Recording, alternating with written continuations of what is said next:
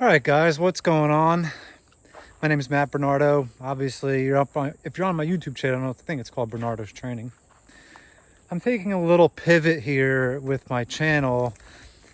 For the past however many years, from 2009 to 2000, or maybe even before that to 2022, I owned a training facility in New Jersey, and I used to train a lot of people, a lot of athletes, all different types of people. And that's what my channel was. Taking a little bit of a pivot as I no longer have the training facility, but as a 17-year veteran in the fitness industry, I have a ton of experience and knowledge, I think anyway, and a lot of other people that I talk to. So I'm just looking for a way to share my knowledge. I'm not really selling anything, to be honest. I don't have any products, any courses, anything like that. I do coach people in person down here in Florida and remotely sometimes, but I'm kind of picky with them, so I'm not really selling you anything.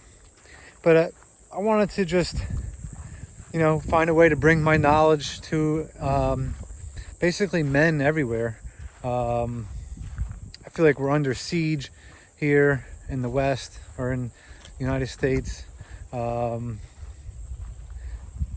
And I feel like we're a neglected group per se, and a lot of guys need a lot of help. A lot of guys are sick, they're depressed, they're weaker than they've ever been.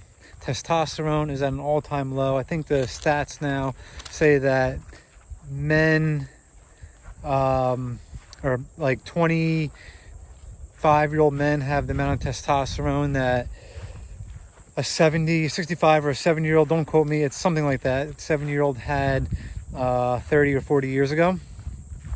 And by the way people act, it's probably true. But anyway, I'm going to answer a question today, more of a training question. Someone asked me on Instagram. My Instagram handle is at Bernardo's Training if you want to follow me. They basically have a torn meniscus or a partially torn meniscus. That usually presents with like an arthritic type of feeling in the knee joint. They usually scope that. And he wants to know if he should get surgery on that. And he prefaced it with that he's been doing, he committed to himself to work out every day for at least 45 minutes for the whole year straight. And he's like a good amount he's a good amount. I don't know if he started January 1st. He didn't really go into that, but he's a good amount into that year cycle. So I commend him on that, because that's awesome. Because the hardest part for people, when I'm coaching people, the hardest part is being consistent. And if you could find a way to make anything a habit, whether it's nutrition, your training, all that type of stuff, eating the right things, if you could find a way to make that a habit where like you're miserable if you don't do those good things for yourself, that's when you become a winner with your health and your fitness. So, or performance or whatever you're after. So I commend him for that. And he says he's getting like pain in his knee and he has to back off sometimes when he does like longer rucks and things like that. If you don't know what a ruck is, it's like basically like doing a hike with a backpack on. I'm assuming he's not running. So that's where he's at. So I have a few points on this that I want to make. I want to just state that I'm not a doctor. I'm not a physical therapist. Even if I was, all I could go on would be my opinions and my experience. So that's what I'm giving you, my opinions, my experience, and a little bit of research to back it up. So, number one, like I touched before, intensity or consistency is the most important thing with the training. So keep at that. Keep moving. Keep doing your training. Keep committed to doing it every day. And you're going to win at this. You will win at this. Now, the next thing I want to bring up is a little bit of the research. So the research they've done a lot of studies on the meniscus, and actually they're finding this with a lot of different surgeries now. And personally, so I'm just going to come out there and say this, personally, I would not get the surgery.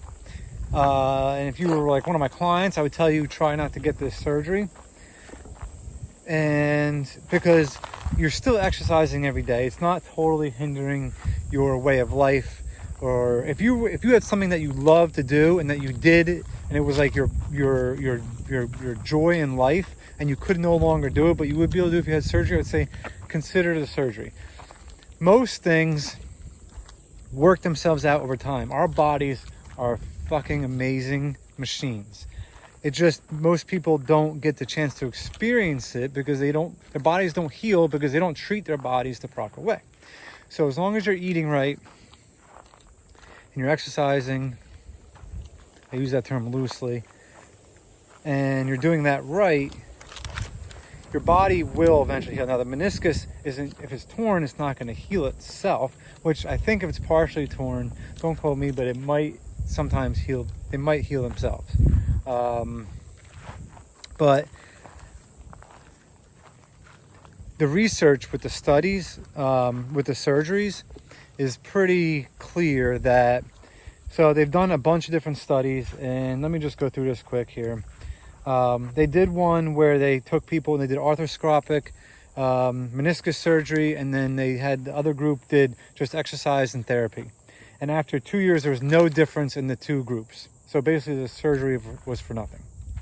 And actually, the surgery will make you worse off because the statistics show that if you do have an arthroscopic knee surgery, you are, for this meniscus tear, you are more likely to have a total knee replacement later in life. So you don't want to rush into getting cut open, guys. Is not like, it's not something you want to like rush into. Let me just stay out of the sun. The sun's in my face. I don't want it to be in the camera. The other study did the other two studies, they basically did a fake surgery. And they did a study for arthritis and for the meniscus tear. So what they did was they cut the people open. They actually went to surgery. Some of the people, half the people they operated on, half the people they didn't. And again, after 2 years, there was no difference. And the billions of dollars that they've spent on these things, it's not helping people. Go figure. So it's not just, it's always been my intuition that these surgeries are way overprescribed, and they're not really helping people a great deal. And if you can avoid it, I would definitely avoid it. So that's my opinion. It's not medical advice. Consult your doctors before making any medical decisions. But that's basically some of the research on that stuff. And then the last point that I kind of want to hammer home, and this is what I would do. Now, I've had a lot of injuries over the course of I've been playing sports my whole life. I still do masters track. I'm 41 years old. I still do masters track. I sprint 100, 200 and stuff like that. And I still train a lot and paddle. I do everything. I'm very active. And I've had a ton of injuries. Mostly my fault probably over the years for doing stupid things. But most things work themselves out. If you give yourself enough time and treat your body well, the injuries just seem to go away. I mean, yeah, the meniscus tear is never going to go away, but it might feel like 95%, and you might be able to do everything that you want to do pain-free for the most part.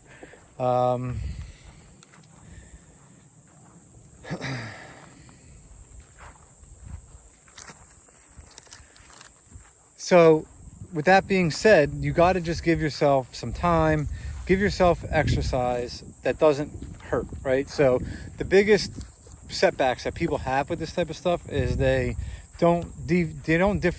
it's not all pain, or what's the saying? No pain, no gain. You got to be able to differentiate between discomfort and pain, and discomfort you're getting because you're actually using that tissue and that joint the way it's supposed to be used, and it's just a little uncomfortable because is an injured joint, right? So, and the difference between that and actually having pain, right? So when you have that pain, you have to back off the training. Like, there's a difference. You have to be able to differentiate between the two of them. That's key. That's really important. Your sleds will probably be your best friend. I mean, if I had one piece of gym equipment that I could get, I would say a sled would be it. You could use it indoor, outdoor, you could use it everywhere. So and it's not loading your joint. It's working the tissue around it, but you're not getting that like loading like you would on like a barbell squat or a leg press or something like that, right? So do that. You could even use a hill instead of a sled, walk it down, backwards, up and down, and forwards, stuff like that. Squats. So you want to be able to increase, basically, all physical therapy. I'm not going to make this video could be an hour or two long about therapy for this type of thing, all that stuff. All physical therapy is throwing a bunch of stuff at the wall and seeing what sticks. It's trial and error, right? So they know obviously they're going to know the body, and they're going to know usually how it responds to different stimulus, but they don't always know, and everybody reacts differently. So basically you can just figure out how you're going to increase your pain-free range of motion, because usually what happens is you're doing things and you're going to get pain in a certain range of motion, whether it's a deeper squat or a deeper knee bend or a more extended leg, or if you twist, you rotate the knee. So things like that are going to give you pain usually, and at some point in the range of motion. So you got to figure out where that pain starts and how you can get more pain-free range. It could be stretching. It could just be doing strength, like loaded strength exercises. It could be just doing squats for like a certain period of time, or like a certain depth, and then gradually increasing it. But this thing, injuries like this, you gotta look at these as like a meniscus tear is probably like a long-term type of thing. You don't just want to throw, you give yourself 1 week to feel better, and you don't feel better, so you're going to go to get cut open and do a surgery. No, you got to give yourself time, and you got to give yourself the proper doses of exercise, and you got to give yourself the proper nutrition and sleep and all that stuff. So remember, your body only recovers when it's sleeping as well. So it doesn't recover when you're up and when you're exercising. That stuff's all good, but you actually don't repair yourself till you're sleeping. So you have to sleep well. And I mean, we can go on and on and on with this stuff. It's basically the same things that you would do to optimize yourself as a human or an athlete or whatever you're trying to do. You need to do it all the time. Like if you're injured, they say if you're healthy, you got to move a lot, right? If you are injured, if you're old, you got to move more. If you're old and injured, you got to move the most, right? So take that for what it's worth. And again, like strength in the joint, strength in the tissues that surround the joint. It's hard to say because some people are super strong and they can get an injury, so more strength really doesn't help them out that much. Damn, thought someone was coming, just some shit falling from the tree. But for somebody who is not that strong, strength could be a big differentiator, right? So, and strength, I always said, even with like the athletes, strength will mask all your weaknesses, right? So the stronger, two guys being equal, the stronger guy, he'll mask his deficiencies with good strength. And if you don't have it, those deficiencies will be more glaring, okay? So just to sum it all up, the research is going to be on your side of not getting surgery, in my opinion. So I always just use the surgery as a last resort. Don't ever a lot of people like to default right to surgery. They think they're just like a car and they're just going to go into the mechanic and they're just going to get fixed right away, and that's not how it works, right? So surgery doesn't always fix things. You could come out the same and you can come out worse. So you don't want to always just jump underneath the knife. And that's it. So I hope this helps you if you have issues and you're looking at surgery or not to get surgery or whatever else.